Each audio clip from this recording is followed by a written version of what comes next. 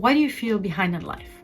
Whether it is the friend's holiday pictures on Instagram, the colleague who got the promotion, or the influencer who has it all. We've all been there. But here's the truth. It's not you. It's your brain playing some tricks on you. Because of that, I made sure that this video doesn't only explain you why you feel that way, but also what you can do to not feel like this anymore. In this video, I'm breaking down the biases behind those feelings and explain you easily how to overcome them. By the end, you have tools to stop to compare yourself with others and to focus on what's really important, namely your life and how to make the best out of it. The social comparison bias, or the social comparison theory. Let's start in the beginning. The feeling behind in life. The question is, behind in life in comparison to what? Realistically, in comparison to other people. Because what's going on? Humans are social beings. Back in the days, we wouldn't survive long without other people. So, what are we doing? We automatically compare ourselves to other people to see what are we worth. If we have a high worth, then it's more likely that other people want to be with us, surround us, protect us, feed us. Just in general, we would do better. The issue is that by now, we are not only comparing ourselves to people in our immediate surroundings or in our tribe, we are comparing ourselves with the whole world. And realistically, there's always at least one person in this world who is better at whatever you are doing. So that's the issue. Basically, we think we are good in seeing what others do and comparing ourselves to figure out our worth. But we are not. There are a bunch of things that actually make us very bad in comparing ourselves. And I go to the bottom of this here. First things first, the social comparison bias. Basically, as I said, it is about determining your worth depending on how you are compared to others. Let's think about the holiday pictures of a friend we see on Instagram. Most of the time we are happy for them, but also feel like we're stuck here where it's rainy, and in general we need a holiday and our life is boring to whatever they are doing. See, and that's already where the issue is. We are comparing their highlight reel to our behind the scenes. We know all the dirty little boring secrets our life has, but we only see how amazing, glamorous, and glorious theirs is. Because realistically, who's posting the sink full of dirty dishes? And sure, we are aware that social media can do that, but it doesn't stop there. When we hear a friend talking about a promotion or an engagement, we are most likely thinking about when we got the last promotion or how our love life is going. So what can we do to stop that, or at least to keep it down a bit? Because realistically, this is so ingrained in our brains that it's really hard to completely shake off comparison. My tips here?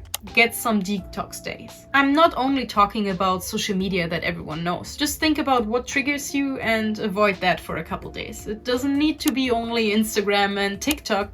Maybe it's also LinkedIn or this one group chat that really needs to be muted. The thing is, by now, our whole society is basically built on comparing ourselves. Think about how many computer games you have that rank you against other players. So just try to get away from all those external comparison that might trigger you.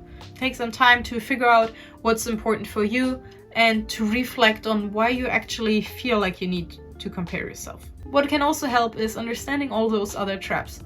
Like, for example, the illusion of transparency. The illusion of transparency basically means that we believe other people can see our thoughts, emotions, or general mental states. For example, think about the last presentation you had. You were probably stressed and nervous, felt horrible, stuttered, and had the feeling that you did horribly. But then the feedback comes and someone tells you you seemed calm, cool, and collected. Why? Well, because we think that whatever we feel, which is a lot, is actually what others can see. Thankfully, that's not the case, and not every face is as expressionate as mine. The thing, we assume we know how they feel, that they're not stressed, they're happy, and everything in their life is going well, but actually, it might not be. How to counter those biases? Well, that's the thing. Realizing that it is an illusion is the first step. Think about all those visual illusions you got to know as a kid. First, you are very confused about what's happening, but once you know what's behind it, you actually understand it and can see that it's an illusion and nothing more. So, let's have an example which totally did not happen to me lately. We bump into a friend after training. We look like we just wrestled a raccoon because we didn't go home yet to put ourselves together, but obviously we are bumping into someone who's looking amazing. And we think, wow, That's it. My life is totally out of control. That's how I walk around here, and this person actually has their life together. But that's not the case, because we assume we would see on them when they would be stressed or feel anxious about something or things are not going well. But that's not the case. We see their put together version, but we don't see how the dirty dishes are piled up in the sink, or that they might just come from a job interview because they lost their last one. So don't compare your behind the scenes to just a screenshot of their movie. The next thing is the availability heuristic or availability bias. It basically means that we rely on the first thing that comes to mind when we are thinking about a certain topic, concept, or method. So, in our case of why we feel left behind, it's most of the time that when we think about how life should be, we are thinking about our idols, people we look up to and that we want to follow in their footsteps. So for example, when I think about how I'm doing in my YouTube life, the first person who comes to mind is Mr. Beast. Of course, if I compare myself to Mr. Beast, I'm not doing well. And that makes sense, because of course we are thinking about successful people first, but those are not the people we should compare ourselves with. At least not everything and all the time. As I said in the video about failure, which you can check out there, people love to flaunt their success and are very resistant to share when they actually messed up. Therefore, we think those amazing lives are the norm, but actually they are not. That's why the following antidotes might sound harsh, but they are just there to protect you. That's the thing. The first thing that comes to our mind are all those perfect lives, because everyone loves to share their perfect life, but that's actually not their full life. So what can we do? Don't compare yourself to others, but to yourself. Realize that there's a difference between ideal comparisons and realistic comparisons. It doesn't make sense to compare yourself with someone who's miles and years ahead. Rather, compare yourself to yourself. Think about whatever you feel behind in life, and think about where you've been a month ago or a year ago in that regard. Sure, right now you feel behind, but a week, a month, or a year ago in that regard you were way further behind. I don't want to make you sad, rather to see your progress. Because the thing is, we very often overestimate what we can do in one day, but underestimate what we can do in a month or in a year. So guess what? You are further ahead now than you were a year ago, and you will be further tomorrow if you continue working on the life that you want to have. Remember that there is a difference between a aspirational comparison and a realistic one, and it's nice to look up to people if that gives you motivation, but don't compare your journey with theirs, because it's not the same. Likewise, if you really can't stop comparing yourself to others and yourself as comparison isn't enough for you, well, then compare yourself to the worst and not to the best. I know it sounds counterintuitive, but there's a bunch of research out there that upwards comparison, so comparing yourself to people who are further ahead of you over an extended period of time, can actually correlate to things like depression, dissatisfaction, and in general demotivate you rather than motivate you. To summarize, to break the availability bias, instead of just thinking about the first successful person that comes to mind, try to think a bit harder about either where you have been a while ago or how many other people are still behind you. Next up is the halo effect. The halo effect. Basically, when we're taking positive impressions from a person from one area of their life to all the others. You know, like for example, the colleague who got the promotion, or the acquaintance who inherited a lot of money, and the friend who's in a committed long-term relationship. All of them for sure are doing better in life than you, right? You kind of feel behind? So obviously they are way ahead in life than you are, right? They kind of have it all? Well, most likely they don't. You see, we often transfer the good things of one regard, like a promotion, influx of money, or seemingly good relationships, and project it on other areas in life. But often, people who might seem perfect and like they have it all are struggling. They struggle the same way, but won't show it how we do. So what can we do against this halo effect? Next time you catch yourself thinking that, oh, that person does well in one regard, they have to be amazing in other regards, try to think about that other people struggle as well. You know, that colleague who got the promotion? Maybe they don't even like the job and would love to follow their dreams, but they can't because they have a bunch of gambling debt they have to pay off. Likewise, that person who inherited a lot of money, maybe, yeah, they are rich now, but they actually grieve so much that they are depressed and would give everything to spend more time with the loved one. Or the friend who's in a long-term relationship, maybe they're actually struggling right now to figure out what they want for their life, because they have been in a relationship for so long that they don't realize anymore what are their goals and what do they want as an individual and what are, well, the partner's goals. So next time you catch yourself idealizing over someone, try to think about, what do you actually know about their life?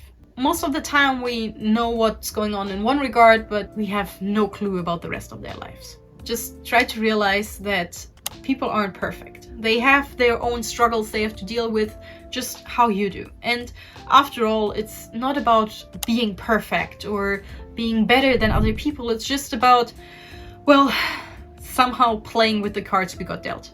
Next up, the negativity bias. The negativity bias basically means that if something positive or neutral happens on one level and something equally bad happens, that actually we focus more on the negative things that happened, and that affects our mood or emotions and even thoughts more. To experience this bias firsthand, let's try a little experiment. Think about the last time someone said something nice to you. Just pause, think about it. And how long did it take? You probably came up with something. And now think about the last time something bad happened. Maybe the last time you were in a fight.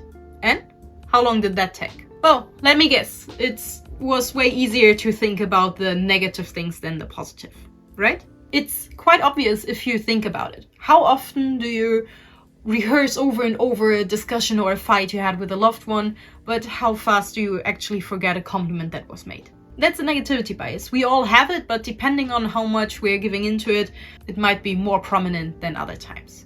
And that's the thing, you can actually train yourself into negativity. So for example, we feel mostly behind in life because of certain categories. For example, career or relationships.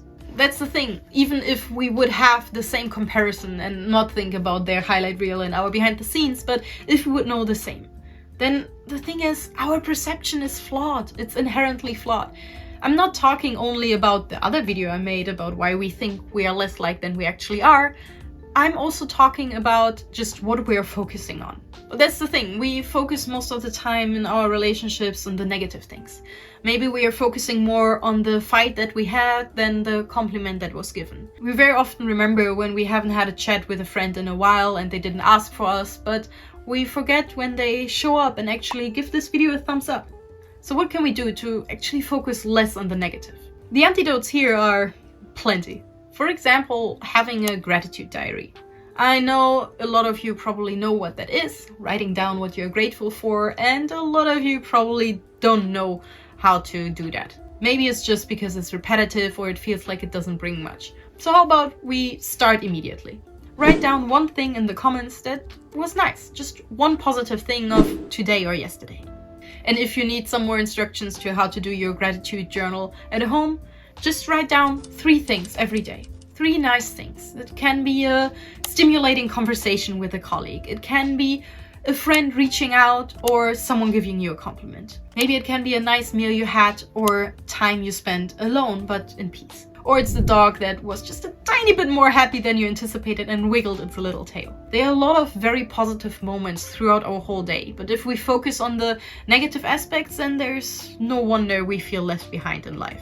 Likewise, at work, I started to have a little folder for compliments I got. Just a, hey, you did well, or thank you for your quick help. Sure, those phrases can be brushed off very fast, but if you feel like you lag behind and you do everything wrong, it's nice to have a little look in that folder and actually check on how much good you already did. So, shortly before going to bed, just try to think about some positive things. Write them down or just think about them. It also helps you to get a better night of sleep. Next up is the recency bias. The recency bias basically means that our brain gives greater importance to things that were more recent rather than historical. You feel behind in life. Let me guess, something this week didn't really go as planned. It's very rarely that we feel left behind after having a good week. And that's the thing, our brain puts more emphasis on the more recent events.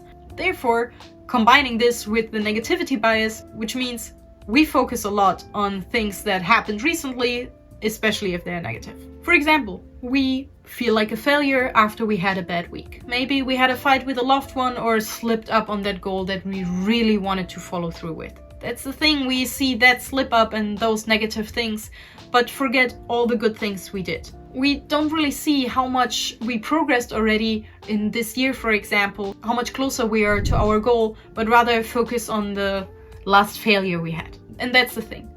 Life isn't a straight line. It's going up and down and up and down again. The thing is, you need to have a look at the overall picture. However, our brain is not good. We put more emphasis on the most recent events, and especially if they are negative.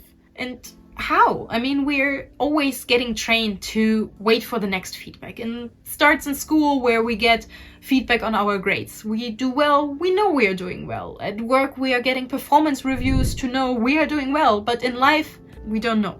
Because there are those arbitrary societal markers that we might orient ourselves, like earning money, having a career, kids, marriage, houses, but those are not really relevant for a lot of people nowadays. And that's the thing, we can't really see how we are doing towards those big goals because we're so focused on the small things.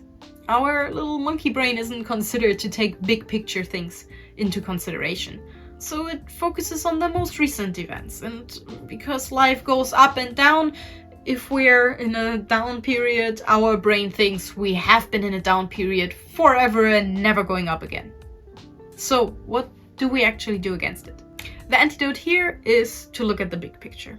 As I already said, life goes up and down and up and down, but the important thing is to zoom out and see the overall progress. Because the thing is, one single moment doesn't define the rest of your life. You didn't get the promotion? Okay, you will get the next one. The person you asked on a date said no, they weren't the right one anyway. You slipped on the goal you set for yourself? Great! That's another point of information you can use to analyze what you did, why it didn't work out, and what to do next. Just try to see every failure or every negative event as something you can learn from. Because thankfully, one bad week doesn't undo a whole month or a whole year of really trying and putting effort in. Just try to realize that every stumble is just more data and information for your next step forward. And of course, life sucks sometimes. I'm not telling you that you should just push away the negative emotions. You should feel sad and mad and angry, but it shouldn't hold you back. You shouldn't feel like you're back in life in general just because of a couple of negative events. So don't let one negative event cloud your judgment about who you are as a person. One thing that can help here is to celebrate each little milestone. So create, for example, a reverse bucket list where you celebrate every little step that you already took on your way.